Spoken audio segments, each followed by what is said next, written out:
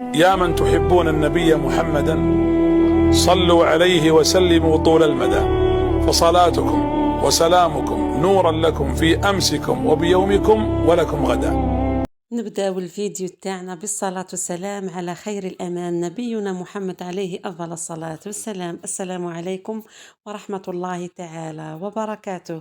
صباح الخير، صباح الهنا والربح والمال والصحة نتمناها لكم كامل في دياركم خوياتي العزاز. إن شاء الله تكونوا بخير وانتم تشوفوا فيها بلا فيديو. واليوم على بركة الله وصفتنا وصفة المشاريع، وصفة المقاهي. اليوم جبت لكم وصفة من أقصى الغرب الجزائري، وصفة تقليدية تلمسانية واللي هي مبسس بالتمر. حنديره لكم على طريقتي بصح واش نقول لكم يجي بنين بزاف بزاف ويذوب في اليد قبل الفم كما راكم تشوفوا الصورة تعبر على نفسها.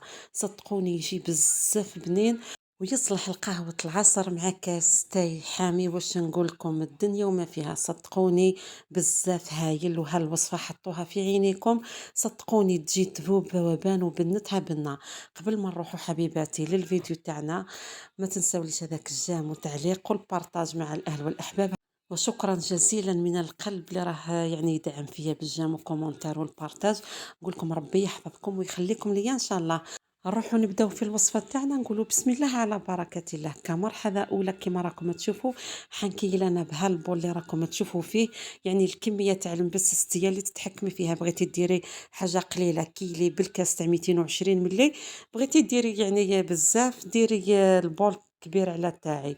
انا البول هذا راهو يهز كيلو تاع السميد، والسميد اللي رايحه نخدم به اليوم السميد المتوسط تاع كنزه كما راكم تشوفوا. وكيما نعرفوا السميد المتوسط تاع كنزه يعني راهو متوسط رايح للرطب، يعني ماهوش رايح للحرش. بصح تاع ماما راهو يختلف على تاع كنزه. انا حندير كاول مرحله 3 كيلات تاع السميد متوسط ونغربلهم. نحاول اني نتخلص من هذوك الشوائب اللي فيه، ولا ساعات نلقاو فيه السوس صدقوني نجيبوه من المحل يعني مسوس.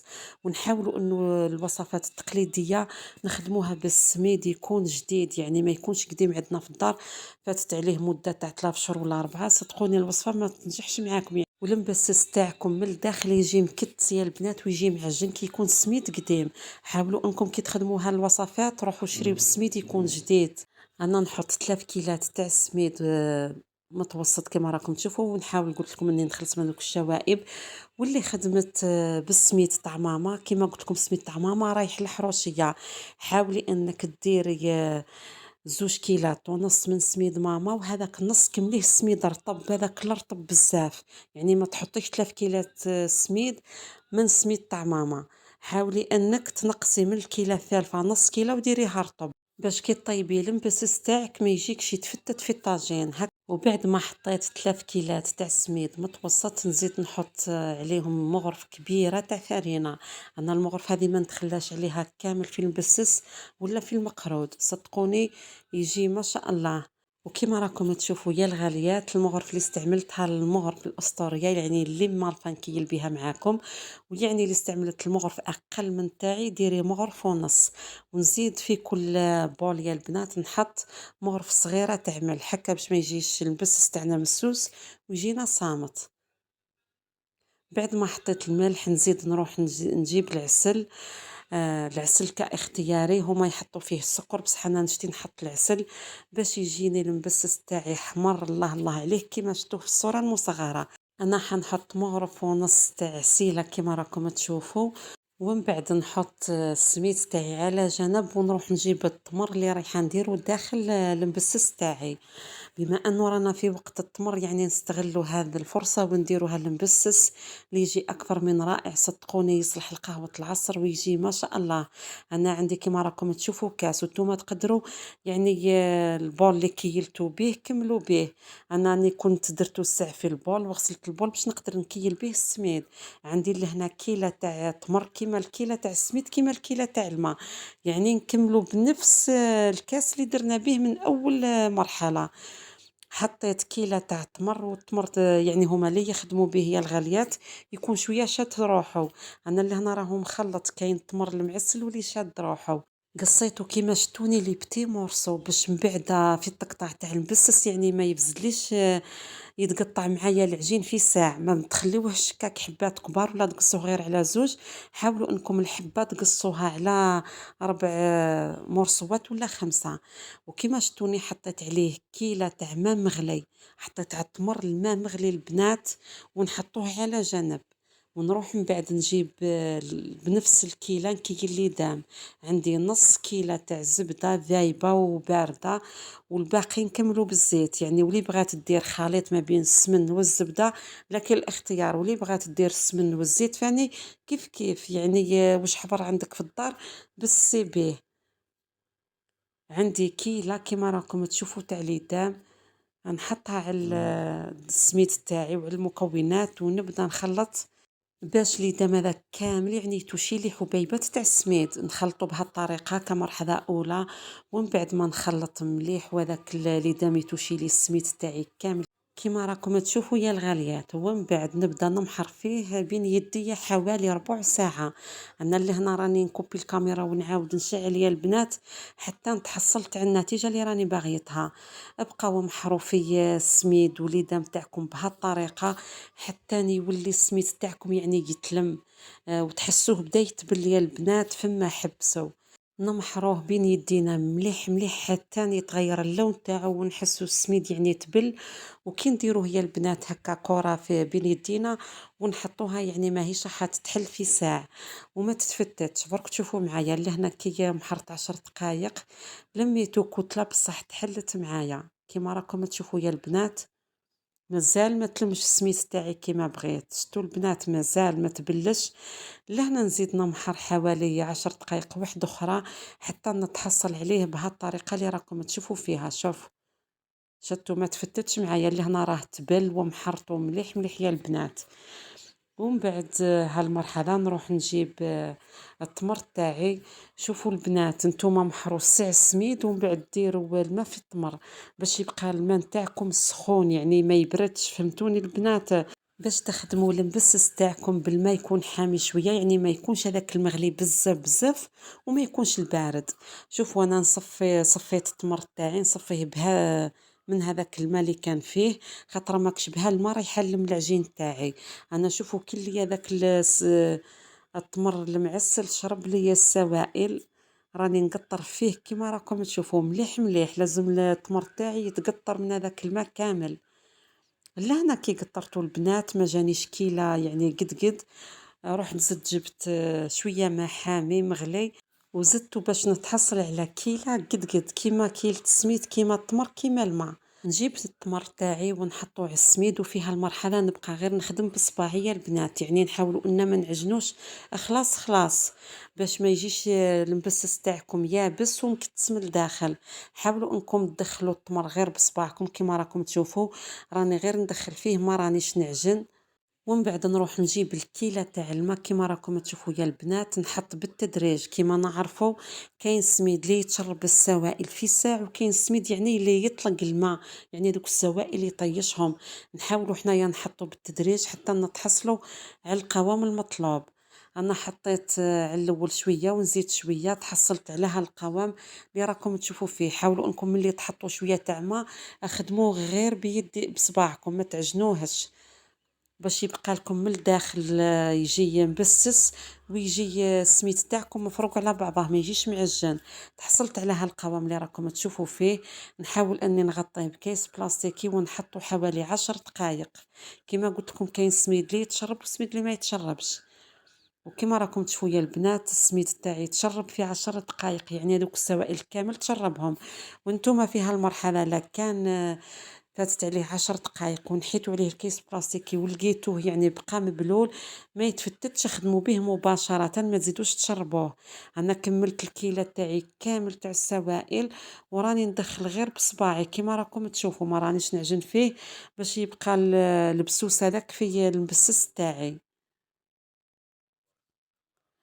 وفي هالمرحلة بعد ما دخلت هذوك السوائل كامل تحصلت عليه بهذه الطريقة اللي راكم تشوفوا فيها. ما يجي العجين تاعي يعني مبلول بزاف، ما يجي ناشف. وهالمرحلة انا نسيتها نورمالمون يا البنات، نحي شويه تاع السميد مبسس قبل ما نبدا نبلو. انا نسيت وما نحيتش نتوما يعني نحيو من السميد اللي بسستوه على الاول. انا لهنا زدت شويه تاع سميد ودرت له شويه تاع زبده ونحطو على الكيس بلاستيكي كما راكم تشوفوا، نحط فيه كامل البلاطو. هذه هي الطريقه السهله باش يعني ديروا المبسس تاعكم ويجيكم كامل على حبه يا البنات. انا هذه هي طريقتي في اللي ندير بها المبسس التقليدي. نجيب بلاطو ندير له كيس بلاستيكي، ودي فوا ندير هاد الطريقه تاع السميد ودي فوا ما نديرهاش. يعني هالمبسس هكا يتخدم. انا خدمته لكم بالطريقه التقليديه تاع ناس الغرب، يعني تاع ناس تلمسان. بعد ما حطيت هذاك السميد المبسس، نجيب العجين تاعي ونحاول نحطه في البلاطو ونبدا نعجن فيه بهذه الطريقه. شوفوا يعني كيلو تاع سميد كامله انا درته في بلاطو، الطول تاعو 35 والعرض 35. هكا تديو المعلومه يعني اللي بغات دير المبسس ويجيها على حبه. وبعد ما عجنت المبسس تاعي كامل كما راكم تشوفون نجيب لاكوبات ونبدا نخدم فيه على لي كوتي باش ميم لي كوتي البنات يجيونا يعني متحوفين وما يجيوناش هكا فاسدين. يعني المبسس تاعنا تاع نهار اليوم اللي خدمناه بالطريقه هذه الرائعه، ما يجيش فيه الحواشي تاعو كامل يجيو مربعين كما راكم تشوفوا البنات. بعد ما خدمته مليح مليح نزيد نحط عليه هذاك السميد المبسس اللي كان بقالي، لازم نحطه من التحت ومن الفوق يعني باش يجينا كامل على حبه. كما راكم تشوفوا البنات نحاول اني نحطه ونوزعه كامل على العجين تاعي. بعد ما نحطوا هالسميد المبسس فوق العجينه، ثاني جيبوا لاكوبات يا البنات ومشيو بها هكا باش هذا البسوس كامل يعني يتحط لكم على العجين وما يبقاش من فوق مزربع بزاف. بعد ما خدمت العجينه تاعي كما راكم تشوفوا البنات، نروح نجيب حاجه كبيره يعني على البلاطو. قبل ما نقلب العجينه تاعي راني حطيت كيس بلاستيكي، ما حكمتليش الكاميرا كي عاودت حطيت الكيس بلاستيكي فوق العجينه وقلبته باش من بعد في طريقه التقطاع والهزان يعني يجيني ساهل. ومن بعد البنات ما هبطوا كما راكم تشوفوا حين تلقاو هكا شويه فتحات من تحت ماشي بغير بلا كوبات ويتقفلوا في الساع. وفي هالمرحله نجيو المرحله تاع التقطاع، نجيب مسطره ونحاول اني نقطع بها. شوفوا انا كنت يعني كيلت العجينه تاعي كامل، وها المسطره البنات انا حاطتها في الكوزينه نخدم بها البقلاوه ونخدم بها هاد الحوايج التقليديه. كنت درت في كل حبة 5 سنتيم على 5، يعني درتو شوية صغيور ماهوش كبير بصح جا بسم الله ما شاء الله. يعني كي الواحد كي ياكل مش راح يفزد هذيك الحبة كامل يعني ياكلها. وناس تلمسان تاع زمان يا البنات يقصوا العجينة على 3 ولا على 4 ويحلوا المبسس تاعهم كيما الرخساس على قرصة، ويحطوا هذاك البسوس سميد المبسس من تحت ومن الفوق ويطيبوه كيما الكسرة تاع الرخساس. وفي التقطاع بعد ما يطيب يقطعوه عادي على شكل مثلثات كيما الكسرة. وجينا المرحلة تاع الطياب بعد ما قطعت العجينة تاعي كامل المربعات متساوية كما راكم تشوفوا. في هالمرحلة نجيب لاكوبات ولا الكراتوار يعني اللي توفر عندك في الدار، ونهز العجينة تاعي بهالطريقة ونحاول اني نعدلها مليح كما راكم تشوفوا، ونديها نطيبها على طاجين تاع الشخشوخه. كنت درت له الالومنيوم، ما تقولوا ليش البنات راهو ماده سامه. في المرحله تاع الطياب نديرو طاجين ثقيل باش ما يزربش يتحرق معنا المبسس من برا ويبقى من الداخل ماهوش طايب. انا الطاجين تاعي خفيف درت له الالومنيوم هكا باش يكتسب لي هذاك اللون الموحد، يعني يجيني احمر كامل وما يتحركش معايا التمر. وثاني هذاك السميد اللي حطيناه من الفوق لتحت. اللي عندها يعني طاجين ثقيل حاولي انك ديري النار رايحه يعني ماهيش للطافي وماهيش متوسطه، ديريها تحت المتوسط ما تقويلهاش، وطيبي المبسس تاعك عادي كيما راكي تشوفي يا الغاليه. وكي نحطوا الحبه تاع المبسس نحاولوا ان ما نقلبوهاش قدام خطره باش ما يتفتتش معنا ثاني. غير انا نحسوا باللي بدا يتحمر على الجهه التحتانيه نعاود نقلبو يتحمر ونحيه. هذه هي طريقة الطهو الصحيحة. وكما راكم تشوفوا المبسس تاعنا في الشكل تاعو النهائي، واش نقول لكم، جا بسم الله ما شاء الله. صدقوني يا البنات، جا يذوب في اليد قبل الفم واكتسب لي كامل اللون الموحد. يعني فرد وحده برك ليا راح لي ليها طياب بزاف كما راكم تشوفوا. جا حمر وجا طايب وجا يذوب في اليد قبل الفم. ومرحلة التقديم كما راكم تشوفوا، انا نشتيه بالعسيلة من الفوق. هذا الوصفة كما راكم تشوفوا يا الغاليات، حطوها في عينيكم، وخاصة أصحاب المشاريع. صدقوني يعني راهي ناجحة 100%، وراهي تمشي بالبزاف في المقاهي. يعني اللي بغات تبدا المشروع تاعها نقولك تكلي على ربي، وبإذن الله تعالى حيسهل لك ربي فيه. سمي بسم الله وديري النية في رب العالمين، هو الرزاق. نتمنى الوصفة تاع نهار اليوم نالت إعجابكم. وقبل ما تخرجوا من الفيديو ما تنساو لي الجيم وتعليق وبارطاجيو الفيديو مع الأهل والأحباب. ما بقى لي غير نقول لكم تهلاو لي في رواحتكم في فيديو آخر إن شاء الله. ودمتم في رعاية الله وحفظه، والسلام عليكم.